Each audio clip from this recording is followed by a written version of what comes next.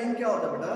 Data handling क्या होता है कि किसी भी तरह का इंफॉर्मेशन को हैंडल करना, ठीक है, जानकारी को आपको कैसे एनालाइज करना है। जनरली वो जानकारी हमें कई फॉर्म पे हो सकते हैं, टेक्स्ट में हो सकते हैं, फिगर्स में हो सकते हैं, सिंबल्स में हो सकते हैं, किसी भी तरीके से हमारे पास डाटा। जैसे मान लो मैं अभी बाहर खड़ा हो जाऊँ रोड पे और मैं ये एनालाइज करूँ कि भाई सुबह 8 बजे से लेकर 10 बजे तक टू व्हीलर्स कितने गए,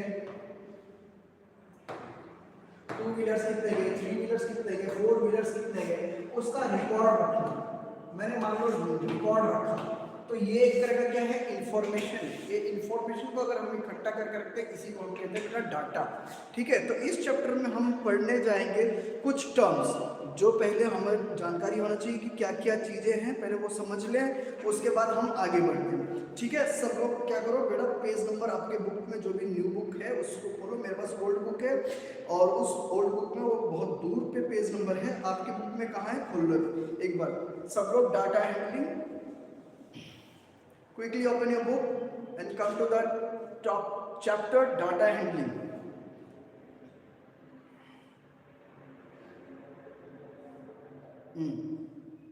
It's on 302 of your book, ठीक है। 302 पेज पे आ जाएंगे आप अपने बुक में, ठीक है। हाँ चलो, as per the definition given in your book, the first one is data, ठीक है। The first one is data.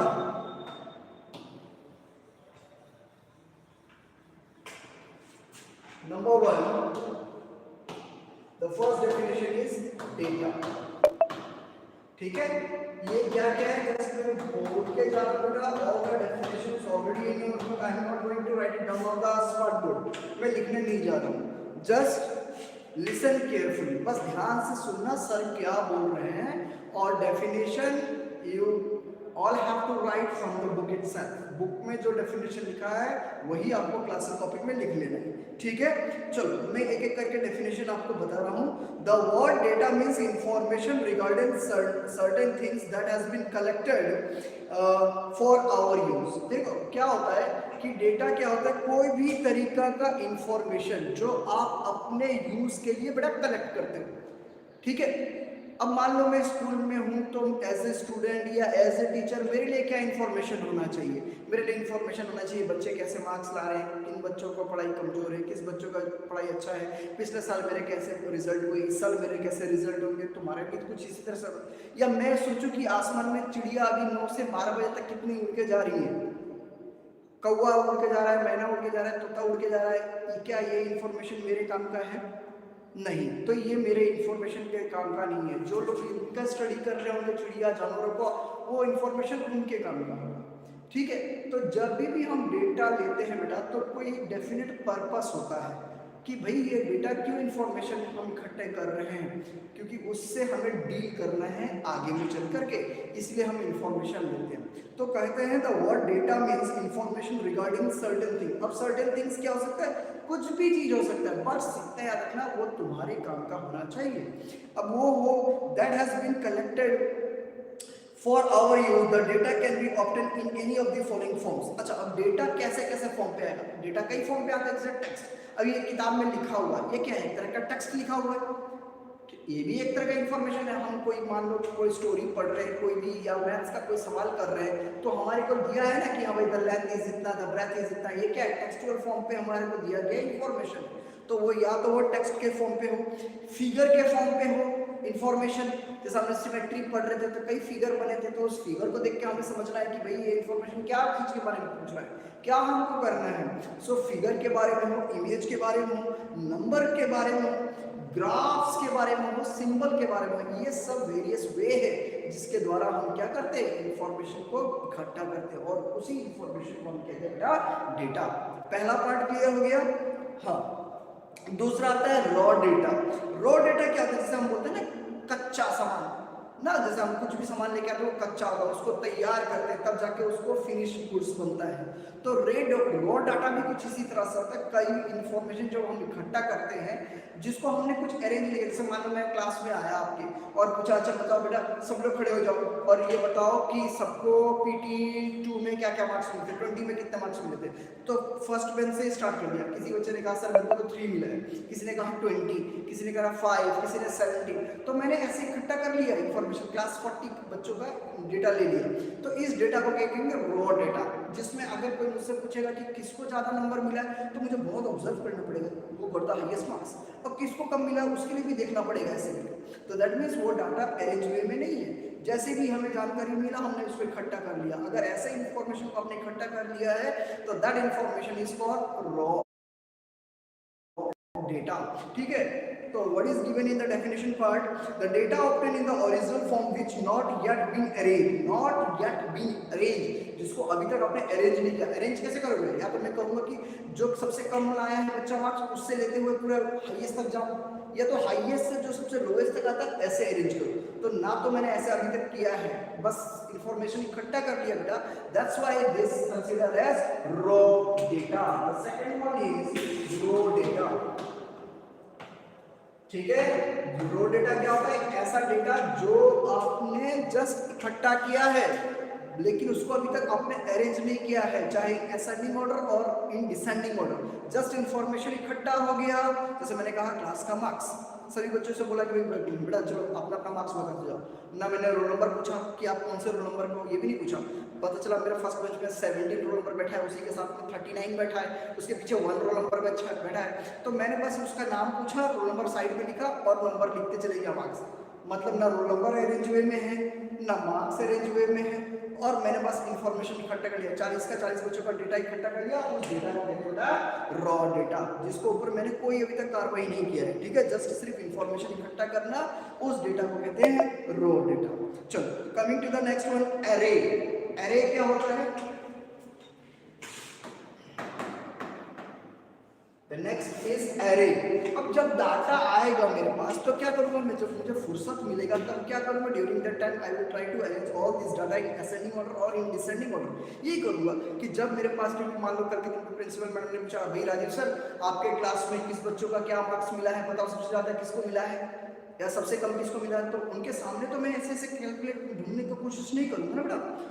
अगर ऐसे करूंगा तो मैडम बोलेंगे क्या सर आप तो इन्फॉर्मेशन ठीक से इकट्ठा भी नहीं करके रखते हो, हाँ तो मुझे डांट भी नहीं सुनना है। तो मैं क्या करूँगा, मैं पहले ही डेटा को अरेंज करके रख दूंगा कि हाँ भाई इनको कम कम मार्क्स मिला है या इसको ज़्यादा मिला है। जब भी मैडम या सर कोई हमसे पूछेंगे कि आपके क्लास में किस बच्चे को कम मार्क्स मिला है, तो बोलेंगे हाँ ये 4 बच्चे हैं जिनको कम मार्क्स मिला। कौन सबसे अच्छा किया है, बोला ये सबसे अच्छा किया। तो मेरे पास वो डेटा को अरेंज करना को हम कहते हैं एरे। क्या लिखा है, arrangement of numerical data in ascending और descending order is called an array. कि जब भी कोई डेटा मेरे पास है उसको या तो न्यूमेरिकली मैं उसको अरेंज करूँ, छोटे से बड़ा बेटा या बड़े से छोटा। अगर इस तरह का इंफॉर्मेशन को मैं तैयार कर रहा हूँ उसको कहते हैं एरे। और एरे के लिए सबसे पहले तो रॉ डेटा होना पड़ेगा। अगर मेरे पास इंफॉर्मेशन ही नहीं होगा तो मैं अरेंज कैसे करूँगा। तो सबसे पहला काम है डेटा। डेटा क्या होता है, इंफॉर्मेशन। दूसरा क्या है, जब इंफॉर्मेशन इकट्ठा करो तो उस इंफॉर्मेशन को कहते हैं रॉ डेटा, क्योंकि वो उसको तो हैब्सर्डली फटाफट क्विकली इकट्ठा कर लिया कि भाई दे दो जानकारी दे दो, इस तरह के डेटा है, that is called raw data. उसके बाद जब उस डेटा को अच्छा से पढ़ा समझा अरेंज किया either in the ascending order और इन द डिसेंडिंग ऑर्डर, तब इसको ये वर्ड यूज होगा, that is called array. Clear हो गया यहाँ तक बेटा, 3 टर्म कंप्लीट। चलो उसके बाद हमारा आता है tabulation of data. Tabulation of data,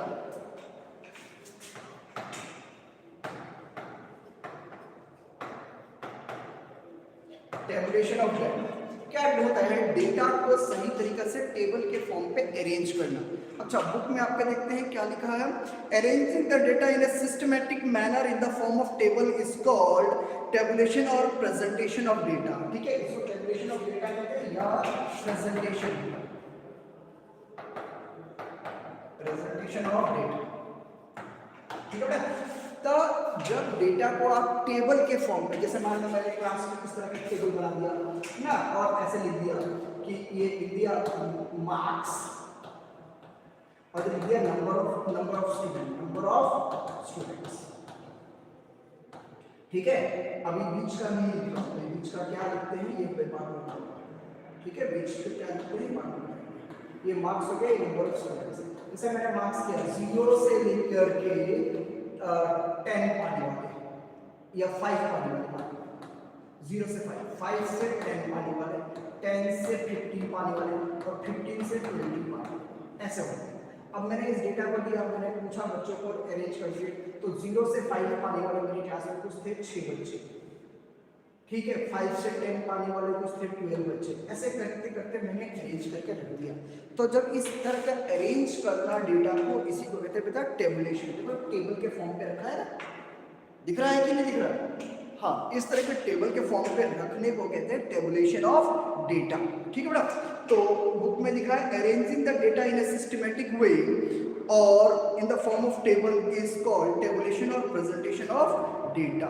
ठीक है, हो गया, इतनी बात क्लियर है? टेबल के फॉर्म पे रखना को टेबुलेशन कहलाता है। The next one is observation.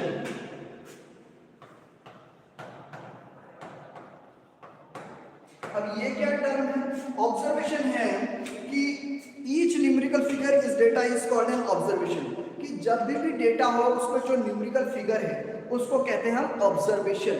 कि जब जानकारी आपके पास इकट्ठा होगा, आप कैसे नंबर में, जैसा भी ये नंबर में लिखा है 6 बच्चे, अब 6 बच्चे कौन कौन हैं उनका तो नाम मैंने लिखा नहीं, लिखा है क्या? नहीं लिखा, सिर्फ लिखा है 6। तो 6 नंबर ये डिफाइन करता है कि 0 से 5 पाने वाले कोई 6 बच्चे हैं क्लास में। अब कौन है ये पता नहीं है, लेकिन बस नंबर में पता चल गया कि 6 बच्चे हैं जो बहुत वीक है हमारे क्लास में। तो इस तरह का चीजों को हमने क्या करा? ऑब्जर्व किया, तभी तो निकाला। तो इसलिए ये वर्ड आता है ऑब्जर्वेशन। क्लियर हो गई इतनी बात? आज की बेटी कल की माँ है, ये कौन है भाई? Atul. Okay, this is not the place where you write things like this. Okay, आपका स्कूल खुलेगा तो पूछेंगे आपसे। आपको पढ़ाई के अलावा कुछ और कमेंट नहीं करना in the chat box. If you have doubt anywhere you can write it on the chat box. Apart from this, you are not allowed to write anything on the chat box. Next, this one is also finished. Observation. Then frequency of an observation. Frequency of an observation is, the next one is 6.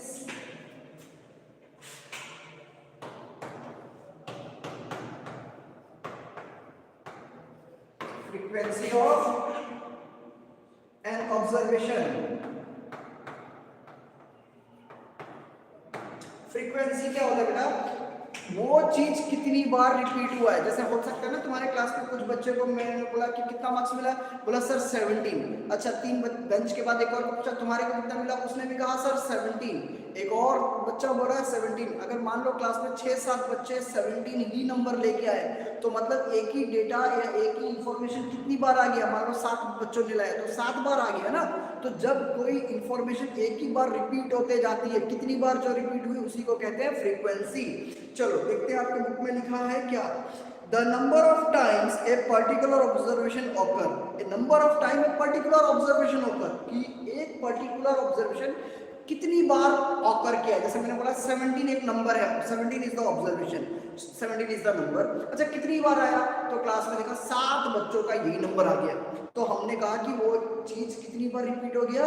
7 बार। तो 7 उसका हो गया frequency, वो कितनी बार repeat हो गया। चलो, उसके बाद आता है स्टैटिस्टिक। अब ये पहले ही देना चाहिए था आपको बुक में। स्टैटिस्टिक क्या था? सबसे पहले वही स्टैटिस्टिक ही देना था, 5, 6 और दिस वन इज 7।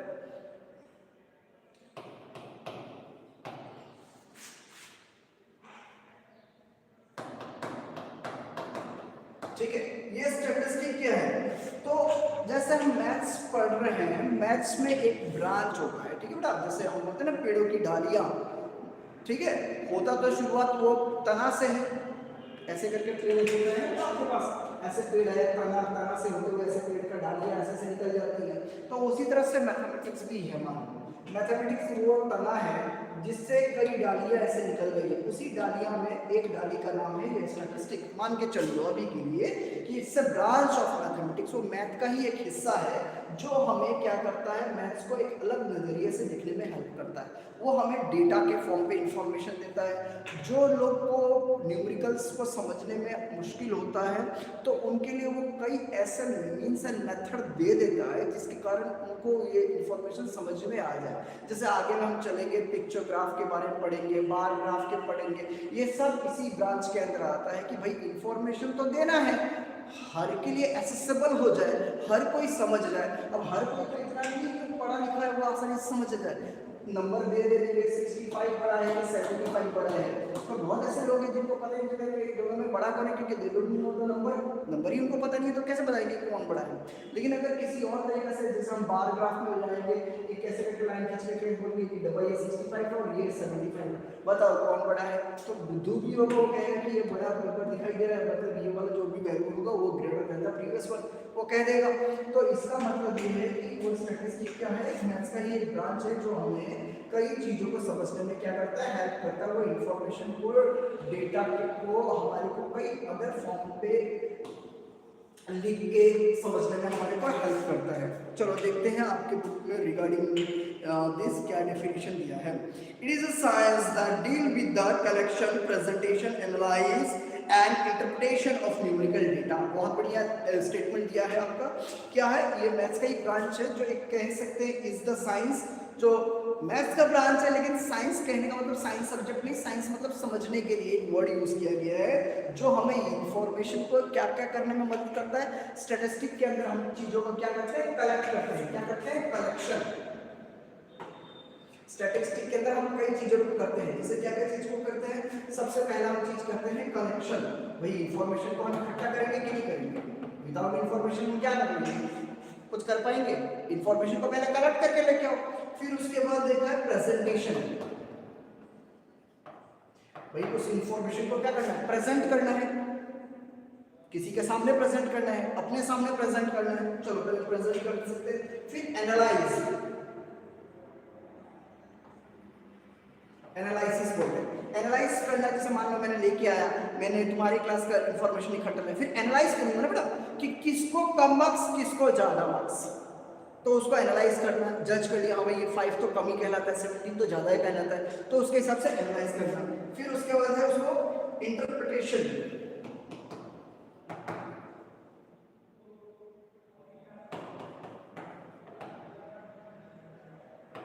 इंटरप्रिटेशन, इसको इंटरप्रेट करना। इंटरप्रेट करना मतलब उस चीज को अच्छे से देखना, गौर करना कि आखिर क्या ये डेटा है, ठीक है। और इसी को हम पूरे इनका कॉम्बिनेशन को ही क्या कहते हैं, स्टैटिस्टिक।